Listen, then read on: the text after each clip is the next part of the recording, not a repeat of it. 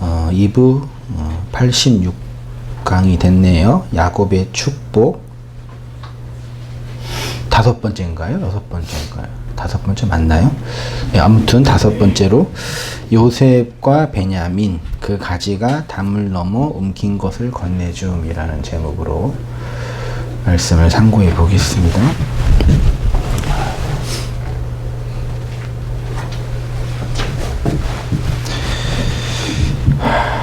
요셉의 12아들 중에 우리 마음에 좀 다가오는 아들은 누구죠? 요셉의 12야곱의 12아들 중에 우리 마음에 친숙하게 다가오는 아들은 요셉이고, 요셉과 곁들여서 따라오는 동생이 이제 베냐민이잖아요. 네. 사실 12은 교회를 상징하고 또 교회 안에 있는 우리 자신들을 내포하고 있다라고 해서 르벤, 시므온, 레위, 유다, 이사갈 등등 12이 다 그리스도의 사역의 그 무엇을 담고 있는 것이라고 말씀을 상고했고요. 오늘은 이제 12의 마지막으로 요셉과 베냐민에 대해서 살펴보고요.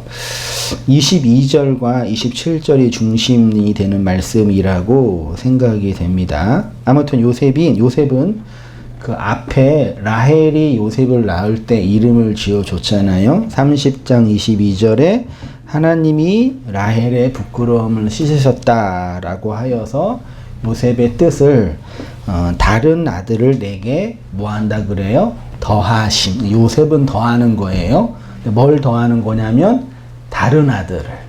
그러니까 이미 요셉을 낳을 때 누가 내포되어 있는 거예요? 베냐민, 오른편의 아들, 진리의 아들이 요셉 안에 내포되어 있는 거죠. 이거는 마치 예수가 그리스도이고 그리스도가 예수라는 신약 성경의 고백과 유사해요. 우리가 알고 있는 것처럼 신약의 성도들의 신앙의 고백이 뭐예요? 예수가 주님이고 그리스도입니다. 이게 되게 우리는 단순하게 관용적인 용어로 받아들이고 있는데 그 당시 1세기경 주님의 성령을 경험한 교회들에게는 어마어마한 신앙 고백이에요. 그네들의 유대 교회 왜곡된 교리적 틀을 깨트리고 나와서 새롭게 고백하는 신앙의 고백이 십자가에 죽은 그 예수가 주님이고 그리스도입니다. 근데 주는 곧 그리스도고 그 그리스도는 또 뭐예요? 영이고 말씀이라고 하였으니 그 그리스도가 내 안에 말씀으로 임재하십니다 라는 것이 그네들의 신앙의 고백인 거예요. 마치 요셉과 베냐민이 이러한 예수와 그리스도와 예수를 내포하고 있는 중요한 장치라고 여겨지는 거죠. 근데 대부분의 사람들은 요셉과 베냐민을 자신들의 뜻과 욕망을 이룰 수 있는 좋은 표본, 모범의 대상인 거죠. 22절에 야곱이 요셉에게 요셉은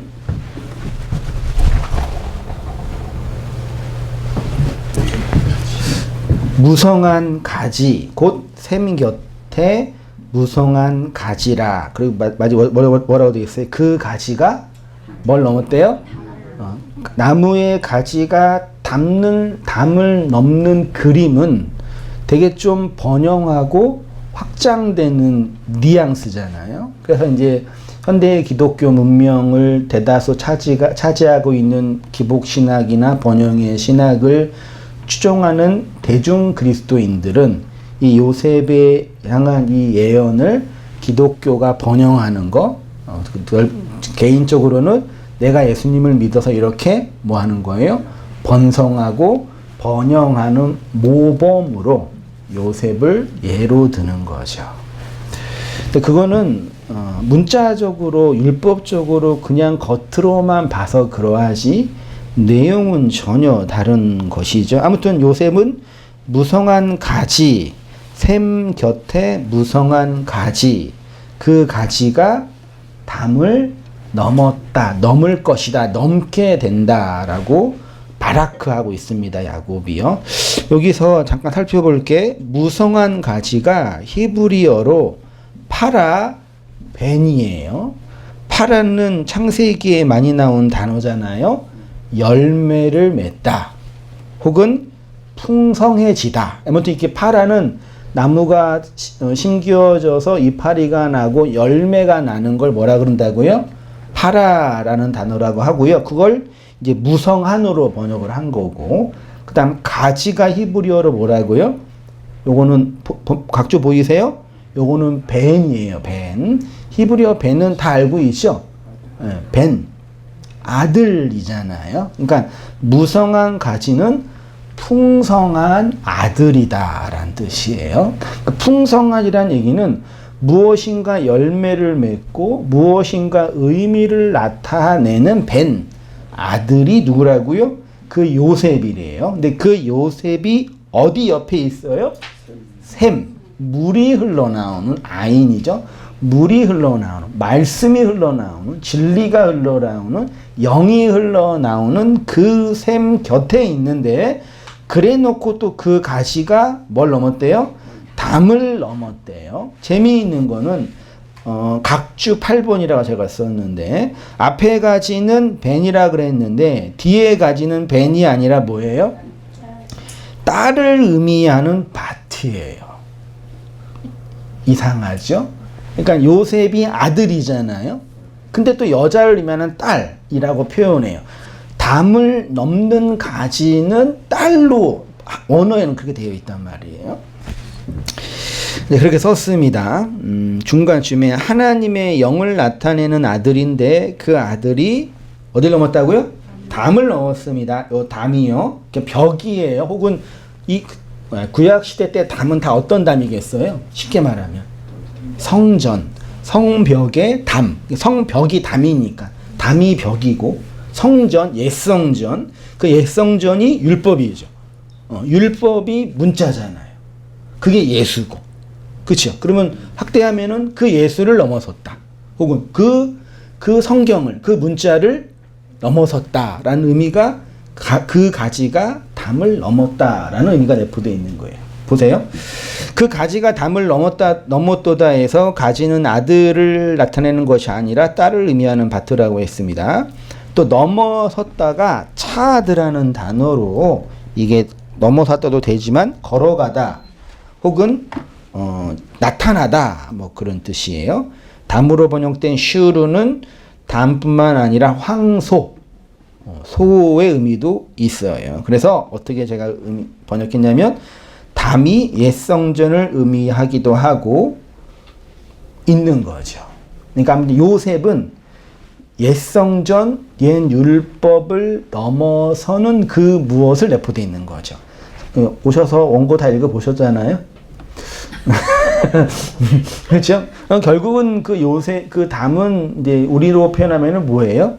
예수의 십자가를 내포하고 있는 표현인 거죠. 그러니까 야곱이 요셉에 대해서 예언을 할 때 이미 예수의 십자가의 죽음과 부활과 그리스도의 나타남을 내다보고 예언한 거겠죠. 야곱이 알았는지 몰랐는지를 몰랐는데 성경은 그 전망적 시선을 보고 이 말씀을 선언하고 있는 거예요. 자, 그래서 담이 옛성전을 의미하고 있는 거죠. 그러나 대중들은 요 담을 넘는 것의 개념을 뭘로 이해해요? 외적인 확장이나 물리적인 번영의 개념으로 이해합니다. 그래서 제가 이제 창세기 49장 말씀을 계속 묵상하고 몇 주 동안 읽고 공부하면서 제 머릿속에 있었던 찬양이 그 소리엘의 찬송가 중에 야곱의 축복이 있죠. 야곱이 12아들한 축복을 했는데 이 22절만 가지고 여기 쓴 거예요. 가사는요. 너는 담장 너머로 뻗은 가지. 그 가지에 열매는 있지도 않잖아요. 열매처럼 하나님의 귀한 축복이 여러분의 삶에 가득하기를 나는 기도한다. 얼마나 좋아요. 그렇게 설교해야지 뽀대가 나는데 하나님이 여러분을 축복하시고 여러분의 인생과 삶이 그 가지처럼 무한하게 뻗어나갈 것입니다. 아멘 해야지 돼요. 아무도 안 돼 그러면요. 그렇게 얘기하면 좋은 거죠, 우리는요. 근데 그거는 실체는 그렇지가 않은 거죠. 그냥 설교자나 그 제사장의 그냥 기원이죠. 잘 되기를 바래요. 근데 복음은 그거 아니에요. 복음은 그리스도 하나님은 우리에게 행하시고 하는 일들을 선언하는 거예요. 나타나는 거라고요. 우리의 삶 속에 하나님이 그리스도와 말씀을 통해서 지금 증언하고 계시는 그 일들이 있거든요. 하나님이 일하시고 계시거든요. 근데 우리의 무지와 우리의 왜곡된 욕망과 세상의 왜곡된 편견이 그 하나님의 일하심들을 보지 못하게 하고 있단 말이에요. 그러니까 하나님은 여전히 당신의 일들을 이루고 계시는데 각자의 교회들 속에 어떤 자들은 그거를 못 보는 거죠. 자기 안에 있는 왜곡된 욕망이든 세상이 넘겨준 편견이든 간에요. 그리스도의 복음은 그거를 깨부셔서 들어오는 거예요. 그래서 우리가 말씀을 깨닫고 진리를 깨달을 때 내가 그전에 그거를 잘 몰랐다. 혹은 속았다. 혹은 잘못 알았다. 등의 반응이 일어나는 거란 말이죠. 그러기 위해서는 나 자신에 대해서 솔직해야 되겠죠. 성령이 그렇게 인도해 가시는 거죠. 아무튼 이 물리적인 번영과 외적인 확장으로 기독교 신앙을 설명하려고 그러는 거죠. 여전히 저에게는 고민입니다. 기독교는 물리적인 번영을 추구해요? 추구하지 않아요? 않아요? 하나님은 우리가 성공하고 번영하는 거 좋아해요? 싫어해요? 관심이 없어요? 하나님은 여러분이 행복하기를 원하세요? 원하지 않으세요? 몰라요? 큰일 났네요. 그렇게 생각하지 마시고, 물론 제가 이제 그 수사적 표현으로 설교적인 충격을 주기 위해서 항상 이 땅에서 내 행복에만 관심이 있는 어떤 사람들한테 하나님은 여러분의 인생 행복에 관심이 없습니다 말을 한 거죠. 네? 좀 충격을 좀 받으시라고.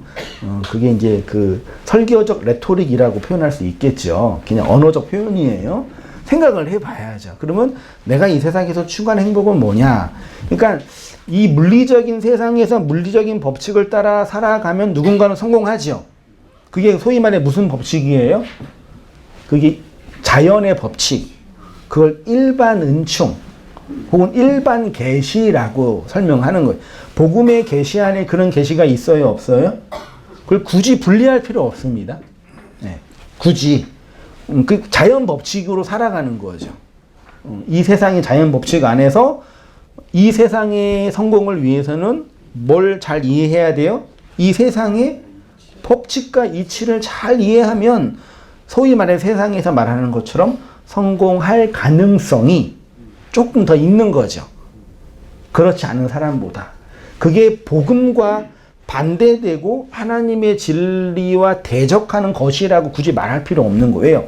일반적인 하나님의 복음의 원리 안에 그게 밑변에 깔려 있으니까. 근데 이제 문제는 그 깔려 있는 그것이 우리의 왜곡된 욕망과 사람들의 거짓된 욕망에 의해서 이게 혼란스럽게 섞여 있는 거죠. 그러니까 하나님의 뜻이라고 스스로 주장하면서 하나님을 그렇게 자기가 원하는 모습으로 만들어내고 있으니 조심해야 된다라는 거죠. 그래서 이 세상에서 성공하려면 이 세상의 법칙으로 잘 이겨내야 돼요. 이 세상의 법칙을 한마디로 말하면 뭐예요? 약육강식이에요. 강자가 약자를 먹음으로 자신의 에너지를 확장하는 거죠. 그렇죠? 근데 그거 외에는 다른 방법으로 성공할 수 있는 길은 있어요? 없어요? 슬프지만 없어요. 그래서 그렇게 만들어진 세상은 무슨 구조예요? 피라미드 구조예요. 그래서 피라미드 맨 위에 올라가면 성공한 거라 그러고 맨 밑에 있으면은 질이 멸렬한 인생이라고 하는 거죠. 그걸 복음이 진술하고 있는 것이 아니다라고 제가 표현한 거예요. 이해는 되셨죠? 그러니까 그게 혼란이니까 그런 찬양을 들으면 마치 하나님이 내 인생이 담장 너머로 뻗은 가지처럼 이렇게 풍성하게 있는 것을 기대하는 것 마냥 얘기하는 거죠. 다시 오셔서 이 담이라는 히브리어가 슈르라는 단어인데 요게 사용된 용례가 몇 가지 있는데요. 사무엘하 22장에 내가 주를 의뢰하고 적군에 달리며 내 하나님을 의지하고 성벽을 뭐 한대요? 이건 이제 그 전쟁에서 다른 나라를 정복하는 군인의 어떤 승리에 대한 표현처럼 느껴지죠. 하나님이 그렇게 나를 승리하게 했다라는 취지로, 욥기는 좀 느낌이 달라요. 그 사람의 담, 욥은 지금 사람의 담 안에서 뭐 한대요? 기름을 짜며 목말라서 술틀을 밟느니라. 이건 뒤에 보겠지만 엘리바스가 욥에게 대해서 막 비난을 하니까, 고난에 대해서 얘기를 하니까 욥이 이제 정리한 거죠. 담 안에서 기름을 짜고 목말라서 술틀을 밟는다. 이게 정확하게 어디에서 일어난 사건이에요? 기름이 짜여지고 술이 나온 사건이 어디예요?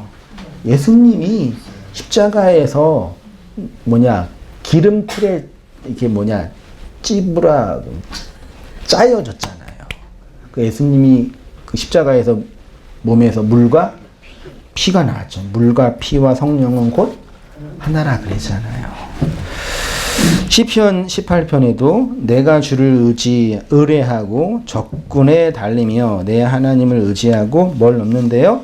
담을 넘는다. 이렇게 이제 표현하고 있어요. 2페이지로 가셔서 그 가지가 담을 넘었도다라는 기록을 번역의 신학이 말하는 것처럼 물리적인 번영이나 성공이나 외적인 확장이 아니라 예수님의 십자가 사건인 겁니다. 왜냐하면 첫째로는 요 담은 옛성전을 의미하니까 옛성전을 넘어서는 것, 옛성전에서 나오는 것, 홀이라도 다 갚기 전에는 옛성전에서, 지옥에서 못 나온다 그랬잖아요.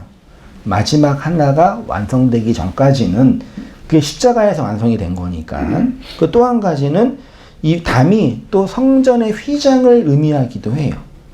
그 지성소와 성소를 구분하는 휘장이 위에서부터 아래로 어떻게 됐어요? 찢어졌죠. 그래서 성소와 지성소가 뭐가 된 거예요? 하나가 된 거죠. 땅과 하늘이 하나가 되고 육과 영이 하나가 되는 그 완성, 구원을 내포하고 있는 의미가 되는 거죠. 욥기 말씀을 다시 보시면 그 사람의 담 안에서 기름을 짜며 목말라 하면서 술틀을 밟으니라. 그 사람의 담 안에 요거는 엘리바스의 주장에 대한 욥의 고백인데, 그의 고백은 예수 그리스도의 십자가의 죽음을 내용으로 하고 있는 거예요. 예수님 십자가에서 죽으실 때 7마디 기도를 하셨는데 그 중에 하나가 뭐예요? 내가 몸에 있는 모든 수분이 다 내려갔기, 물리적으로도 그랬죠. 내려갔잖아요. 다. 예. 실제로 다 내려갔죠. 물리적으로도 그랬고 내용적으로도 그런 거예요. 예수님의 그 영의 그러니까 하나님의 그 진리의 영의 말씀이 어떻게 흘러나와요? 예수라는 그 육이 포도주 틀에 짜여져서 그 진액으로 나오는 게 예수님의 물이고 피고 기름이고 그게 성령이라는 얘기예요. 예수가 그거를 예표로 보여주신 거예요. 그래서 내가 목마르다라는 게 그런 의미가 내포되어 있는 거죠.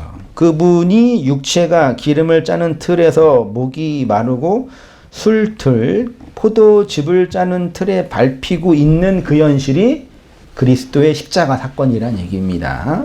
그렇게 죽으셔서 몸에서 뭐가 났다고요? 물과 피 혹은 영. 물과 피와 성령은 하나니까요. 요 내용을 십자가 지기 바로 전날 어디서 기도하셨어요? 겟세마네, 우리가 동산으로 이해하면 겟세마네 동산 혹은 감람산에서. 감람이 뭐예요? 올리브잖아요. 기름, 산. 기름이 있는 그 산. 그게 이제 그러니까 올리브산, 감람산 어딘가에 겟세마네라는 그 그 조그만 동산이 있었던 것 같아요. 거기에서 이제 마지막 기도를 하시고 마지막 강론을 제자들한테 하셨잖아요. 그래서 이제 내가 이 내잔을 나 하기 싫어요, 나 못해요, 뭐 이렇게 하다가 주님의 뜻이면 하겠으며 내려왔는데 제자들이 푹을 자고 있으니까 아 열받아. 그리고 니네는 어떻게 이러냐 해서 좀 기도 좀 하라. 그 얘기 쭉 나오잖아요. 그게 이제 그 마가복음 14장에 쭉 나오는 얘기인데 그때 이제 겟세마네라는 곳에 간 거죠. 이 겟세마네가 아람어 게드 쉐마네이의 그 헬라어 음역이 겟세마네래요. 그러면 게드 세마네이 가트 쉐메가 뭐냐면 가트가 이런 틀이고 기름을 짜는 틀이고 그 다음에 쉐메는 뭐라고요? 기름 혹은 포도주예요. 그러니까 틀에 곡식을 넣으면 기름이 나오고 틀에 포도 열매를 넣으면은 포도주가 나오는 거죠. 그게 가트 쉐메 겟세마네예요. 그게 정확하게 뭐라고요? 십자가라고요. 그러니까 예수님의 십자가를 예수님 스스로 설명해 주시는 거예요. 자, 내가 이제 오늘 밤 지나서 내일 십자가를 져서 죽을 거야. 그게 뭐냐면 이거야 라고 친히 자신의 사역을 뭐 한 거예요? 설명해 주시는 거예요. 분명하게 말씀하시는 거라니까요.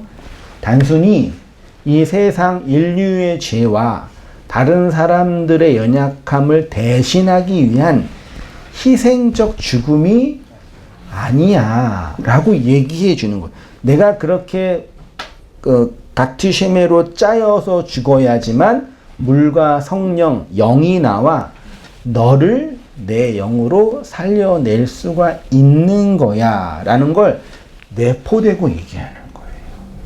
이해되셨죠? 그러니까 무턱대고 나 회개했어요. 그러니까 어디 가요? 천국 가요. 그렇게 말하면 돼요? 안 돼요? 그건 바보 멍충이 패역한 행동이에요. 회개의 가치를 내가 무시하는 게 아니라 하나님이 일하시고 말씀하시는 원리를 자기 멋대로 그 카톨릭이 만든 고해성사예요. 우리가 아무리 큰 죄를 지어도 회개만 하면 용서를 받는다. 교리적으로 틀린 건 아니죠. 용어적인 의미인데 그 회개의 내용이 어디에서 실현되는 거예요? 우리 인생이라는 삶 속에서 실현되는 거예요. 그래서 회개의 삶이라고 표현해요. 이걸 우리 단순하게 윤리적이고 도덕적인 차원에서 내가 고백하면, 내 죄를 시인하면, 내 죄를 인정하면 용서받는다라는 그런 왜곡된 신앙은 우리가 지양해야죠. 그러니까 모든 법의 족촉에서 모든 법의 권위에서 법의 적촉을 안 받는 소위 말해 뭐라 그러죠? 촉법 소년인가요? 촉법. 법의 형사의 법에서 어떠한 처벌을 안 받는 것처럼 그런 게 복음의 용서라고 이해하면은 잘못된 거예요. 그럼 그게 이제 왜곡돼서 구원파 쪽으로 흘러가서 이제 그렇게 예수님의 십자가의 죄 용서함을 부각시킨 거겠지만, 그래서 삶 속에 역사의 속에서 이제 담아내는 게 필요하죠. 그래서 나중에 결론을 내겠지만 다윗이 시편 23편에서 여호와는 나의 목자시니 내가 부족하면 막 고백하다가 뭐라 그래요? 나중에 내 잔이 넘칩니다. 그러니까 느낌이 어떠세요? 내 인생에 잔이 있는데 그거를 주님이 넘쳐서 풍요롭게 하셨다라고 고백하는 거죠. 그럼 다윗이 인생 속에서 경험한 그 내 잔이 넘쳤다라는 풍요로운 고백은 뭐예요? 그냥 형들이나 아버지도 인정하지 않는 아들로 있다가 왕이 된 거, 그거 하나님 감사합니다. 내가 왕이 됐네요. 하나님 최고. 그 고백이에요? 아니면 왕이 돼가지고 일부 다처제를 이용해서 많은 여인과 함께 살 수 있는 그 행복을 꿈꾸면서 그걸 누렸기 때문에 하나님 감사합니다 그런 거예요? 아니면은 뭐 많은 그 번영과 성공과 부를 축적할 수 있었기 때문에 내 잔이 넘쳤다 그렇게 얘기하는 거예요? 그렇게 이해하지 않나요? 어렸을 때 고생 많이 했는데 참고 견디고 인내해서 하나님이 내 인생을 이렇게 축복해 주셨다. 그렇게 고백하는 거예요? 그게 내 잔이 넘칩니다라는 고백이에요? 아니 여러분도 고백할 거 아니에요. 내가 여호와의 집 영원히 거합니다. 내 잔이 넘칩니다. 할렐루야. 분위기 왜 이러시죠? 그 좋은 고백이잖아요. 하나님이 내 잔을 넘치게 하셨습니다. 하나님이 성도님들의 잔을 넘치게 하십니다. 이 썰렁하고 재미가 없어요 이 교회. 그게 인생이라는 잔을 하나님이 채우시는 거예요. 그 영 말씀 십자가에서 예수님이 겟세마네에서 짜여져서 흘러나온 그 영 진리 말씀을요. 쉽게 말하면 그렇게 예수님이 포도주 틀에서 내가 목마르다라고 이렇게 그 틀에 밟히신 것처럼 누구의 인생이 누구의 삶이 여러분의 인생이 육을 가지고 살아가는 삶이 그렇게 즙에 밟혀서 영이 나오는 삶으로 어떻게 했다고요? 인도하겠다라는 고백이 내 잔이 넘칩니다라는 고백인 거예요. 그래서 항상 그 말씀을 받고 나면 항상 그러는 거예요. 누가 이 말씀을 받을 수 있으리요. 그렇게 나오는 거예요. 나는 복 받으려고 교회 갔는데, 나는 좀 마음의 위로 좀 얻으려고 갔는데, 다 듣고 나니까 누가 저런 말씀을 받을 수 있지요? 그래서 사람으로 안 되고 하나님이 당신의 교회들을 이끄신다라고 하시는 거예요. 다시 이제 본문으로 오셔서 그게 이제 그 겟세마네 가트 셰메의 뜻입니다. 요 담을 넘는 것은 예수 그리스도의 십자가를 통해서 기름과 포도주와 성령 진리가 흘러나와 예루살렘과 유다와 사마리아와 땅끝 우리의 내면을 얘기하는 겁니다. 우리의 예루살렘, 우리의 유다, 우리의 사마리아, 우리의 땅끝, 우리의 시면의 깊은 속까지 파고 들어와야지 잔이 넘칠 거 아니에요. 예? 복음이 성령이 임하면 그렇게 이 한 사람의 인간 자체가 온 세상이고 온 우주거든요. 네? 그 인생 속으로 찾아오시는 거예요. 괜히 가서 이렇게 우리와 다른 사람한테 이 복음을 전하고 이게 교회를 홍보하고 이거는 그냥 그 뭐라 그럴까요? 좋은 건데 전도하고 홍보하고 선한 영향력을 끼치고 이런 거예요. 그러니까 한 사람의 인생에 대해서 쉽게 평가할 수 없는 거라니까요. 왜냐하면 그 사람의 인생은 그 사람 개인의 삶이기도 하지만 그 사람이 살아온 삶, 부모의 삶, 그 사람이 받은 유전자, 그 모든 것들에 의해서 결정되는 게 그 사람인 거거든요. 윤리적인 것도 그렇고 도덕적인 것도 그렇고요. 그게 단순하게 너가 이렇게 해서 이렇게 됐다라고 말할 수 없는 거라니까요. 그게 이제 땅끝까지 복음이 전파되는 거죠. 다윗이 그렇게 이제 자신에게 전파된 복음에 대해서 결론적으로 인생 말년에 쓴 거니까 결론적으로 마치 디모데가 아니라 바울이 디모데한테 디모데 전후서를 쓰면서 내가 선한 싸움을 싸우고 나의 달려갈 길을 마치고 나의 믿음을 지켜야 고백한 것처럼 다윗이 시편 23편에 이런 고백을 한 거예요. 우리가 잘 알고 있는 고백이고 많이 번역하는 고백이고 많이 암송하는 고백이지만 정말 내용을 너무 주관적으로 받아들이고 있죠. 그냥 심리적인 위로나 마음에, 여러분 회사에서 힘들고 일이 안 되거나 상사한테 찐빠를 당하거나 업무가 안 돼가지고 마음이 힘들 때 시편 23편을 읽으면 위로가 되시죠? 네. 되시죠? 내 마음의 위로. 여호와는 나의 목자시니 내가 부족하면 이렇게 쭉 하는 거. 쭉 하다가 이제 그 몇 절이 5절에 주께서 내 원수의 목전에서 내게 상을 차려주시고 뭘로요? 기름을 내 머리에 부으셨으니, 부으다가 붓다가 아니라 살찌다, 풍성하게 되다예요. 당신의 기름을 내 머리로 풍성하게 했으니, 내 머리로 부으셨다고 번역했어요. 그 다음에 내 뭐예요? 잔, 요건 이렇게 잔이에요. 예, 컵. 예. 넘치나이다. 내 잔이 넘쳐 흘러나온 거죠. 내 육의 잔에서 진리에 의해서 부어지는 성령이 넘쳐나야지 안식을 누릴 수 있는 거예요.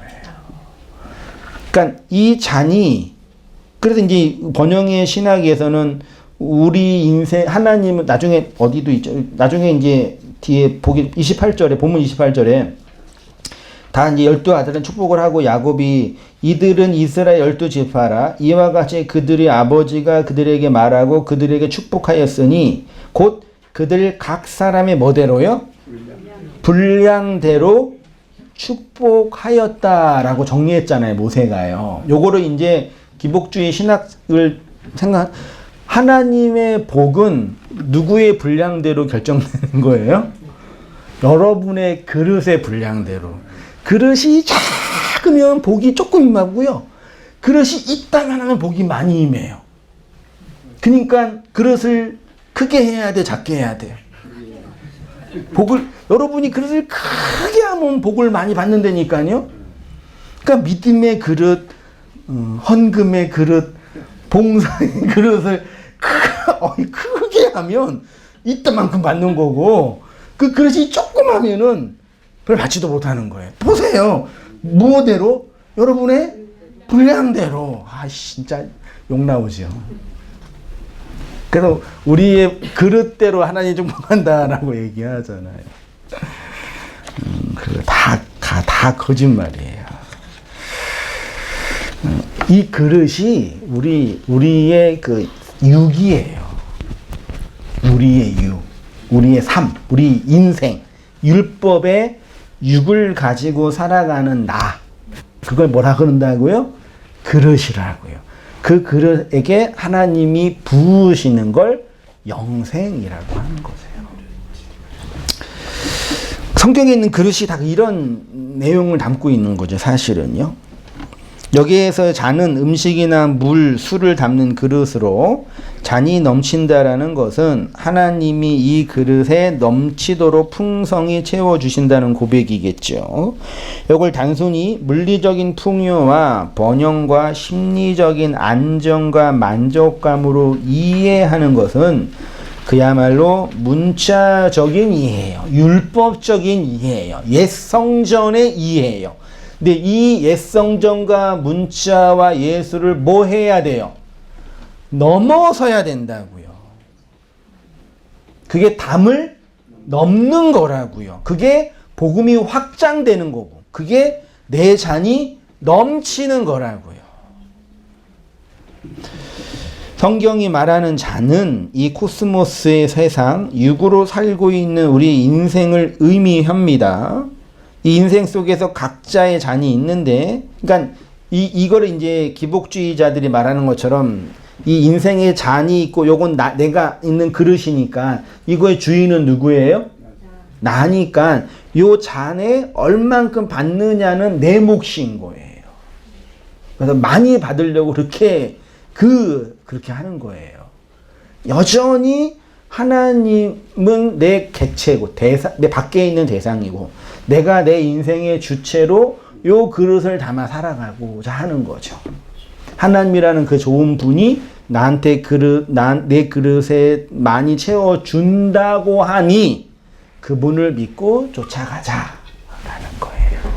이게 2000년의 기독교 문명, 종교와 정치와 결탁한 기독교 문명의 대세, 보편 기독교의 대세가 된 거예요.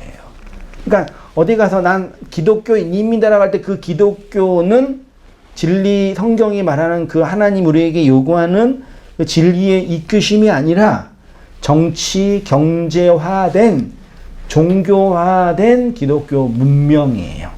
마치 우리 옛 선조들이 조선이나 고려에서 불교를 믿고 유교를 자신들의 정치 태제로 받아들였던 것처럼 서구 문명이 프로테스탄트 대제 이후에 서구 문명이 요거 잘 받아들이면 대중들을 다스리기에 도움이 되겠다라고 취한 게 기독교 문명이에요.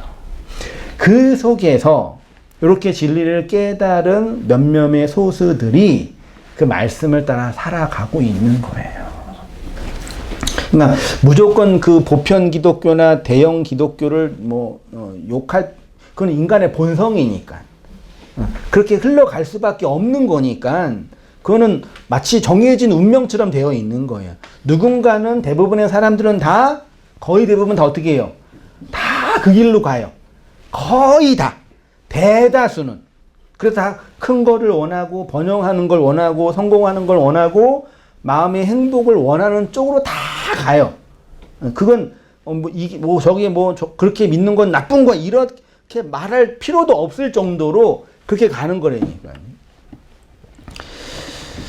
다시 오셔서, 그게 이제 우리 육체가 의미하는 게 잔입니다. 우리의 잔이 넘친다라는 것은 하나님께서 부어주시는 성령을 통해서 넘치는 것으로, 인생 안에 부으시는 하나님의 영을 통해서 그 인생의 잔이 넘쳐야지만 영생으로 살아가는 거죠. 근데 이 사람들은 이 잔을 자신이 주체가 되어서 담아야 할 육신의 욕망의 그릇 정도로 이해합니다. 혹자들은 하나님의 선한 의지, 세상을 향한 선한 영향력 등으로 포장하여서 자신의 것으로 취하고 싶은 그 무엇이라고도 표현하죠. 보람되게 인생을 사는 거. 향락으로, 자유방임으로 사는 게 악한 거예요? 보람되게 사는 게 악한 거예요? 악한 영향을 주며 사는 게 나쁜 거예요? 선한 영향을 주며 사는 게 나쁜 거예요? 말이 안 맞나요? 보람되고 행복하게 사는 것도 악한 거고요. 다른 사람들 해하며 사는 것도 악한 거라고요. 물론 이제 이 세상에서는 경중이 있죠. 왜요? 이 세상은 사람들이 살아가는 세상이니까. 근데 진리 입장에서는 그렇게 정하지 않는다. 마치 그런 거죠. 그 해적선에서 해적의 사람이 해적질을 하다가 부상을 당했어요. 그 해적선에 있는 의사가 부상당한 해적을 치료해 줘요. 좋은 거예요, 나쁜 거예요? 이게 도덕적인 문제란 말이에요. 의사 입장에서는 사람을 살린 거니까 좋은 거죠. 그렇죠? 그렇지만 해적에게 돈과 가정을 잃어버린 어떤 사람 입장에서는 그 의사는 아주 나쁜 놈이죠. 이 세상이 그렇다니까요. 이 세상 선악이 자기 입장에 따라 결정되는 거예요. 그런 취지라고, 이 세상에 있는 자치들은요. 그러니까 성공하고 싶으면은 그냥 눈을 크게 뜨고 그냥 힘을 크게 해서 그냥 싸워야 되는 거예요. 그냥. 이렇게 말하면, 목사님 말하면 안 되는데, 착하게 살려고 해야 되는데.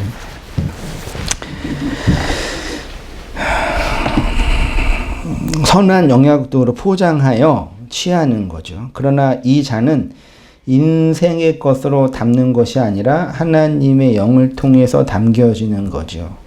다윗은 여호와 하나님의 부족함이 없는 부으심으로 자신의 인생의 잔이 영생으로 넘쳤다고 고백하는 겁니다. 육으로 살고 있는 이 세상의 삶이 우리에게는 잔이라고 했습니다. 요 잔, 근데 이 인생은 우리에게 해를 줍니다. 인생을 인생으로 살아가면 그게 해가 된다는 차원이죠.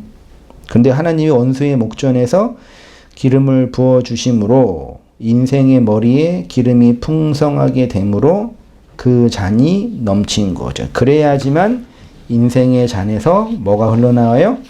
하나님의 생명이 흘러나오게 되는 거죠. 이렇게 요셉을 통해서 하나님의 생명이 흘러나오게 되는 내용을 누구를 통해서요? 베냐민 오른편에 진리의 아들을 통해서 설명하는 거예요.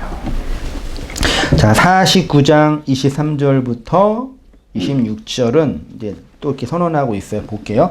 활 쏘는 자가 그를 학대하며 적개심을 가지고 그를 쏘았으나 요셉의 활은 도리어 굳세며 그의 팔은 힘이 있으니 이는 야곱의 전능자 이스라엘의 반석인 목자의 손을 힘입음이라. 내 아버지의 하나님께로 말미암아 그가 너를 도우실 것이요 전능자로 말미암나니 그가 내게 복을 주실 것이라. 위로 하늘의 복과 아래로 깊은 샘의 복과 젖먹이는 복과 태의 복이로다. 내 아버지의 축복이 내 선조의 축복보다 나아서 영원한 산이 한없음 같이 이 축복이 요셉의 머리로 돌아오며 그 형제 중 뛰어난 자의 정수리로 돌아오리로다. 잠깐만 말씀만 보면은요, 활 쏘는 자가 누구겠어요? 요셉에게 활 쏘는 자. 요셉을 대적하는 자가 누구예요? 요셉이 육으로 오신 예수님을 상징한다고 한다면 그 예수를 대적하는 자가 누구예요? 우리 인생의 모습을 내보하죠. 모든 인생은 처음에 예수를 뭐 하는 자로 세워져요? 여러분, 누가 예수를 죽였어요? 로마 군병이요. 맞죠? 네. 군대로 서 있는 내가 그 예수를 죽였잖아요. 그렇게 고백하셨잖아요. 그 얘기라니까요. 그래서 처음에 모든 인생은 예수의 반대편에 예수의 대적자로 있는 거예요. 이해되시죠? 네. 그래서 그 예수를 넘어야 된다고 제가 표현하는 거예요. 잘 이해하셔야 됩니다. 그 예수를 넘어서야 된다고 표현하는 거예요. 그 육의 예수, 육의 성전, 옛 계명, 일반 은총, 자연 은총 등등으로 표현된 인생의 내용들을 넘어서야 된다고 표현하는 거예요. 제가 이제 옛 성전으로서의 예수, 옛 자로서의 예수, 율법으로서의 예수, 옛 뱀으로서의 예수를 대적하는 자로 있는 거죠. 누가요? 내가요. 내가 육이니까. 그러나 야곱의 전능자 이스라엘의 반석인 목자의 손을 힘있게 대면은 하나님이 그렇게 죽으신 예수를 도와서 복을 건네주신다라고 표현하는 거죠. 그렇게 하고 이제 마지막에 베냐민에 대해서 이렇게 선언합니다. 베냐민은 물어뜯는 일이라. 아침에는 빼앗은 것을 먹고 저녁에는 움킨 것을 나누리로다. 베냐민 좋은 아들, 나쁜 아들이에요? 오른편의 아들이잖아요. 좋은 아들인데 느낌이 어때요? 일이래요. 물어뜯는데요. 그리고 또 준대네.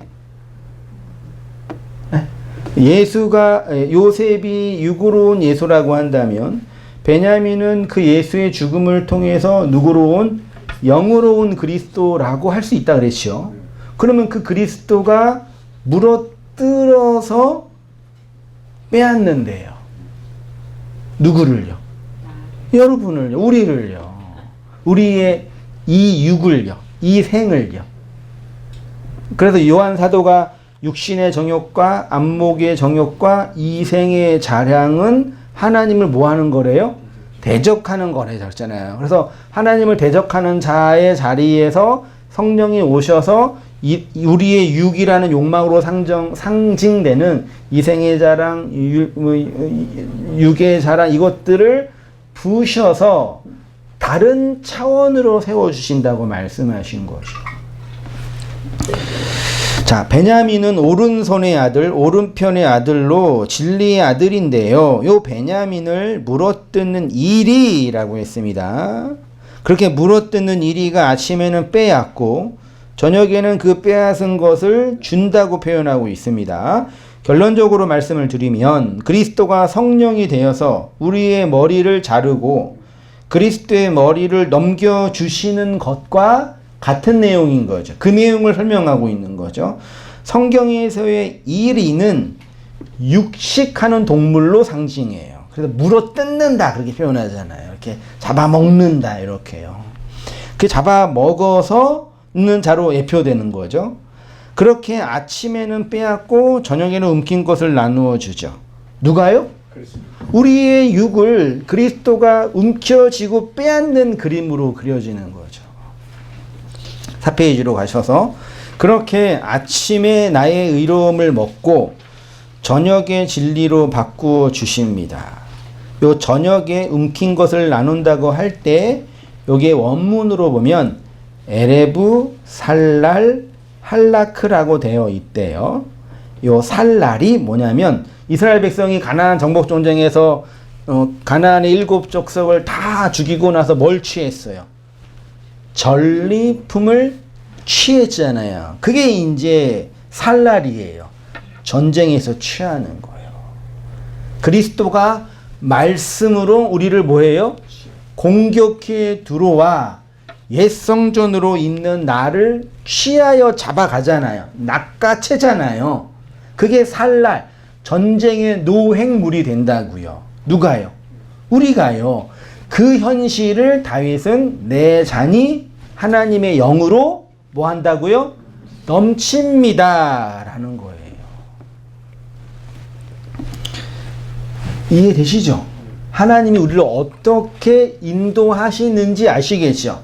그래서 모든 인생은 자연적으로 인생으로 열심히 살다가 인생의 욕망이 점점점 어떻게 돼요?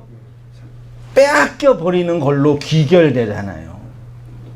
시간이 흘러가면 흘러갈수록 처음에는 영화로 있다가 자라면서 성장하면서 욕망이 가득하고 하다가 이제 늙어지고 하다가 자신의 육이 점점 어떻게 돼요?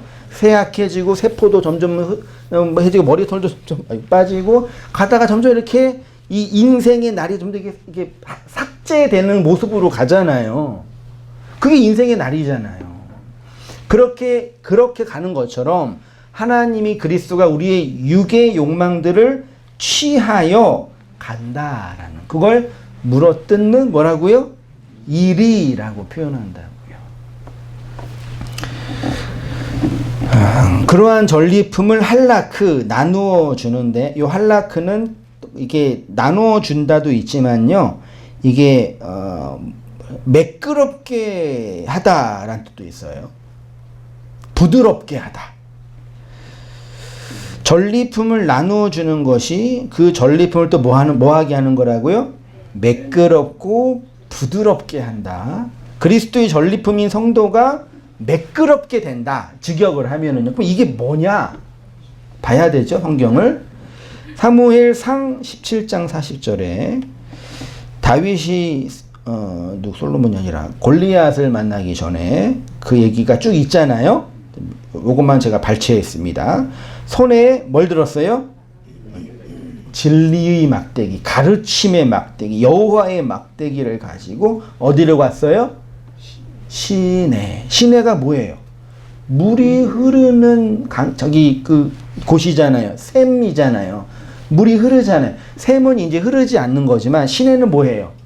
흐르죠. 흐르는 걸 시내라 그래요. 그 시내에 가서 무슨 돌이요?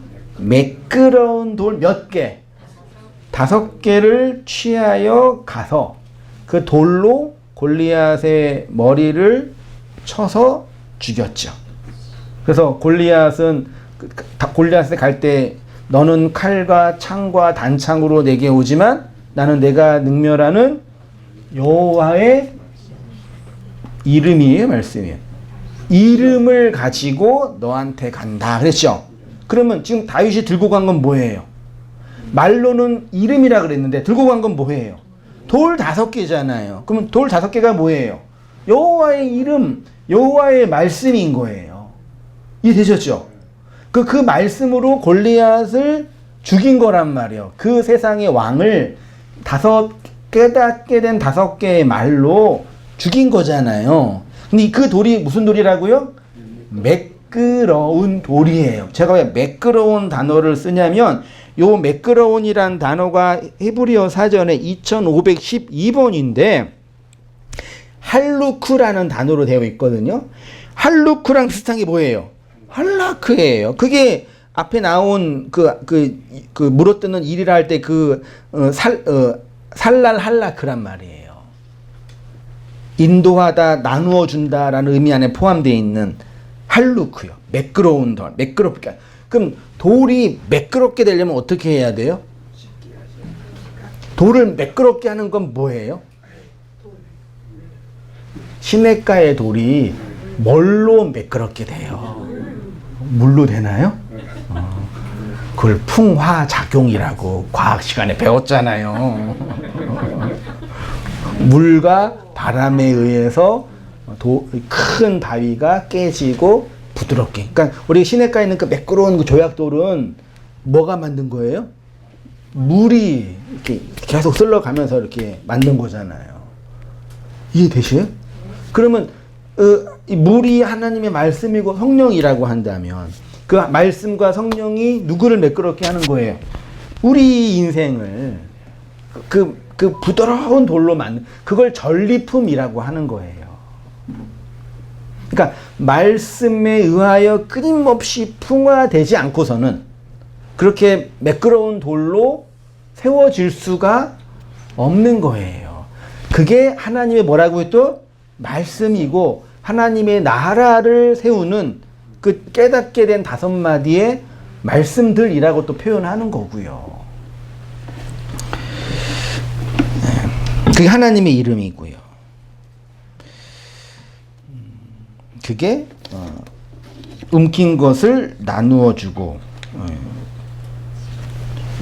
나누어주는 내용의 모습인 거죠. 읽어볼게요. 시내에서 흐르는 물에 의해서 매끄럽게 된 돌입니다. 다윗이 이 돌을 가지고 하나님의 이름으로 골리앗에게 나가 골리앗을 죽인 거죠. 전쟁에서 이긴 거죠. 그렇게 하고 이제 마지막에 이렇게 정리하면 이들은 이스라엘의 12지파라. 12아들이 뭐가 돼요? 12지파가 됐네요. 이와 같이 그들의 아버지가 그들에게 말하고 그들에게 축복하였으니 곧 그들 각 사람의 뭐대로요? 분량대로 축복하였습니다.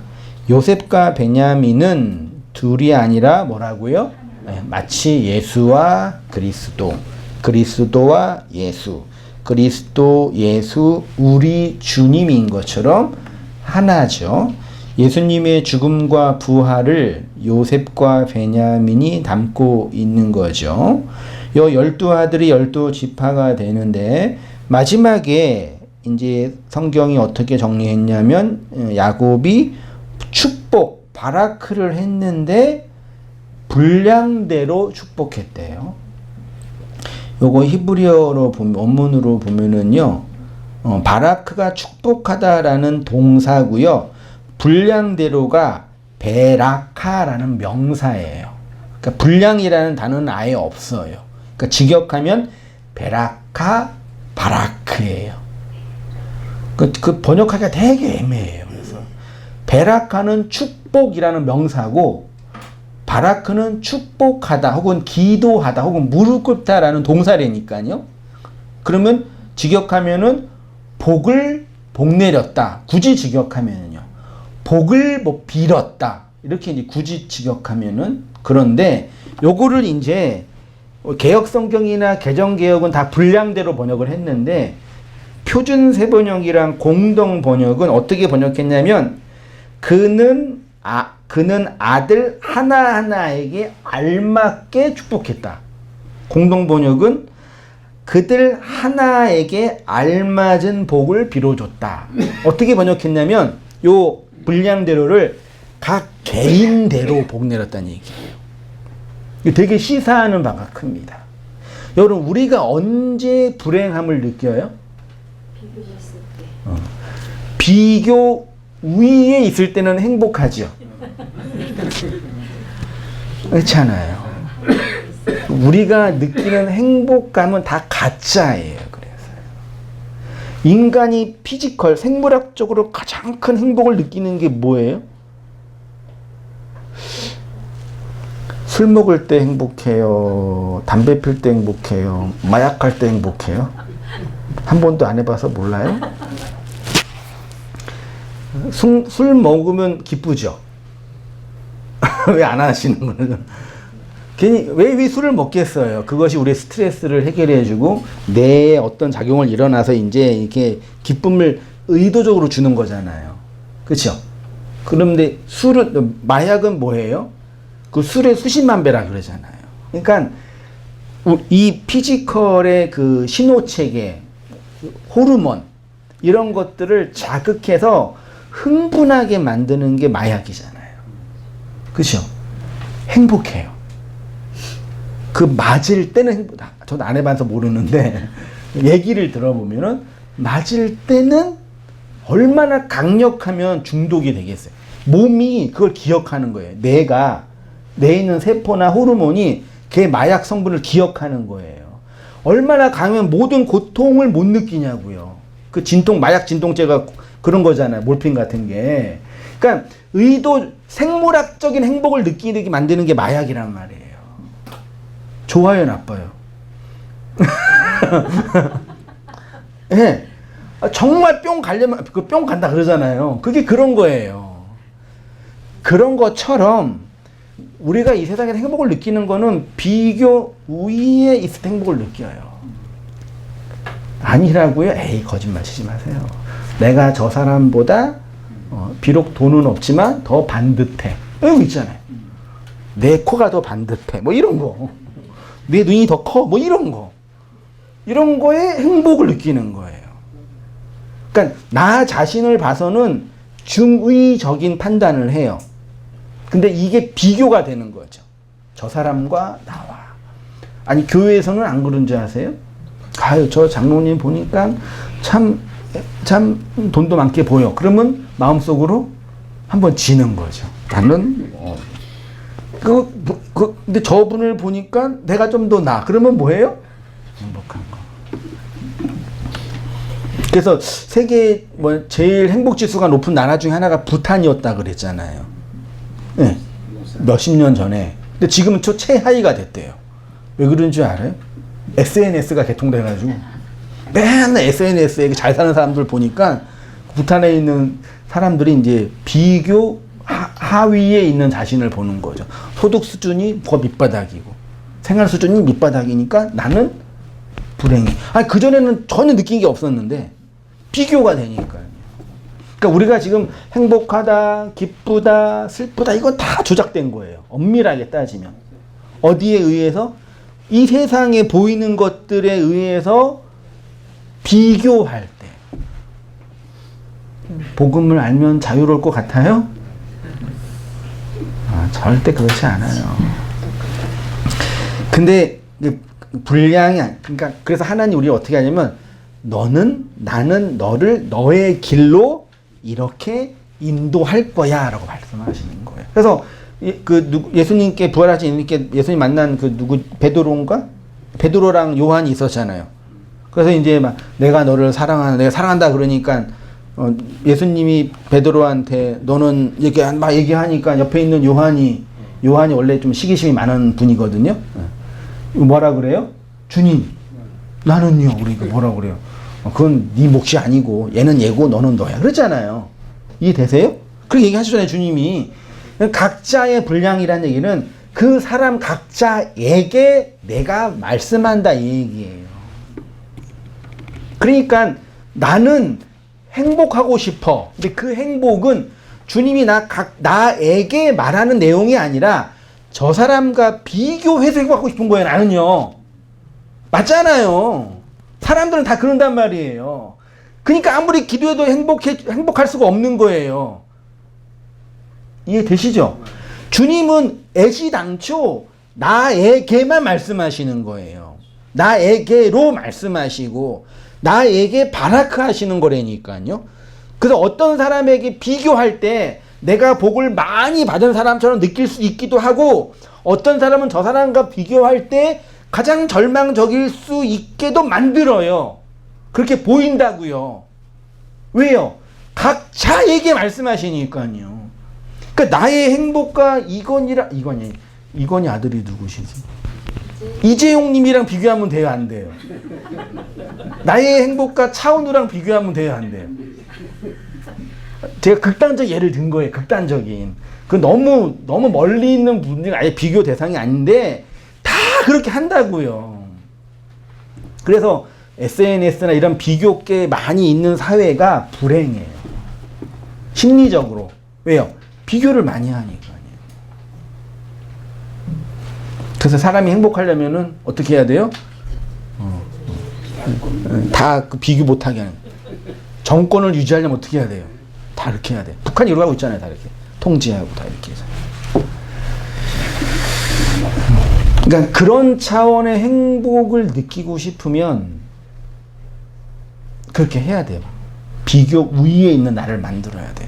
그러니까 어떻게 해요? 여성분들은 코도 세우고 눈도 찍고 독도 맞히고 이렇게. 나쁘다는 얘기가 아니라 이해되세요? 아니 이게 생물학적으로 문제가 생겨서 의료적 차원에서 시술하는 차원이 아니라 미용이란 개념 자체가 비교하는 거잖아요. 그 자체가 나쁘다가 아니라 그 현상이 있을 수밖에 없는 거라고요. 그러니까 제 일을 하다 보면은 시골 지방에 있는 비하가 아니에요. 지방에 있는 자매님이랑 강남에 있는 자매님을 보면은요, 대한민국의 모든 미녀는 다 강남에 있는 것 같아요. 왜 그런지 아세요? 아시죠?